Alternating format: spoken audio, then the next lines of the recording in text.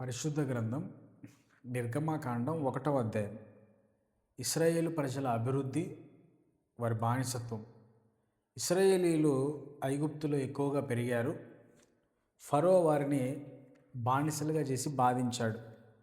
నిర్గమాకాండం 1వ అధ్యాయం. ఐగుప్తులోనికి యాకోబుతో వచ్చిన ఇశ్రాయేలుల పేర్లు ఏవనగా రూబేను, షిమ్యోను, లేవి, యూదా, ఇస్సాకారు, జబులూను, బెన్యామీను. దాను, నఫ్తాలి, గాదు, ఆషేరు వీరిలో ప్రతివాడును తన తన కుటుంబముతో వచ్చెను. యాకోబు గర్భమున పుట్టిన వారందరూ 70 మంది. అప్పటికి యోసేపు ఐగుప్తులో ఉండెను. యోసేపును అతని అన్నదమ్ములందరూ ఆ తరం వారందరూ చనిపోయారు. ఇశ్రాయేలీయులు బహుసంతానం గలవారై అభివృద్ధి పొంది విస్తరించి అత్యధికముగా ప్రబలిరి. వారున్న ప్రదేశం వారితో నిండి ఉండెను. అప్పుడు యోసేపును ఎరుగని కొత్త రాజు ఐగుప్తును ఏలనారంభించెను.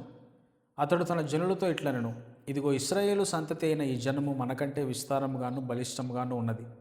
వారు విస్తరింపకున్నట్లు మనం వారి ఎడల యుక్తిగా జరిగించుదుము రండి. లేని ఎడల యుద్ధము కలుగునప్పుడు కూడా మన శత్రువులతో చేరి మనకు విరోధంగా యుద్ధము చేసి ఈ దేశంలో నుండి వెళ్ళిపోదురేమో అనెను.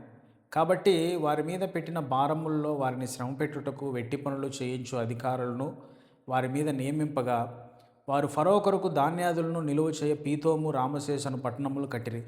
అయినను ఐగుప్తీయులు వారిని శ్రమపెట్టిన కొలది వారు విస్తరించి ప్రబలిరి గనుక వారు ఇశ్రాయేలీయుల ఎడల అసహ్యపడిరి. ఇశ్రాయేలీయుల చేత ఐగుప్తీయులు కఠినముగా సేవ చేయించుకునిరి. వారు ఇశ్రాయేలుల చేత చేయించుకున్న ప్రతి పనియు కఠినముగా ఉండెను. వారు జిగటమంటి పనిలోను, ఇటుకుల పనిలోను, పొలములో చేయు ప్రతి పనిలోను కఠిన సేవ చేయించిరి. వారి ప్రాణములను విసిగించిరి.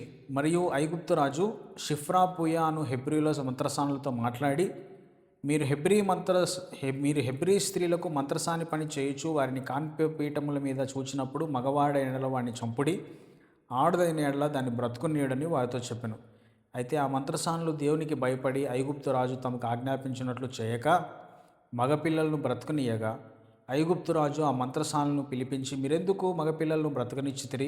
ఈ పని ఎలా చేసితిరని అడిగాను. అందుకు ఆ మంత్రసానులు, హెబ్రీ స్త్రీలు ఐగుప్తు స్త్రీల వంటి వారు కారు, వారు చురుకైన వారు. మంత్రసాని వారి యొద్దకు వెళ్ళక మునిపే వారు ప్రసవించి ఉందురని ఫరోతో చెప్పిరి. దేవుడు ఆ మంత్రసానులకు మేలు చేసెను. ఆ జనము విస్తరించి మిక్కిలి ప్రబలెను. ఆ మంత్రసానులు దేవునికి భయపడినందున ఆయన వారికి వంశాభివృద్ధి కలుగజేసెను. అయితే ఫరో, హెబ్రీయులలో పుట్టిన ప్రతి కుమారుణ్ణి నదిలో పారవేయుడి, ప్రతి కుమార్తెను బ్రతుకునీయుడి. నిర్గమకాండం 1వ అధ్యాయం. ఇశ్రాయేలీయులు ఐగుప్తులో ఎక్కువగా పెరిగారు. ఫరో భయపడి బానిసలుగా చేసుకున్నాడు. మగపిల్లల్ని చంపమని చెప్పాడు. అయితే మంత్రసానులు దేవునికి భయపడి ఆ పని చేయలేదు. ఫరో హెబ్రీ పిల్లల్ని నదిలో పారవేయమని ఆజ్ఞించాడు. Thank you for watching.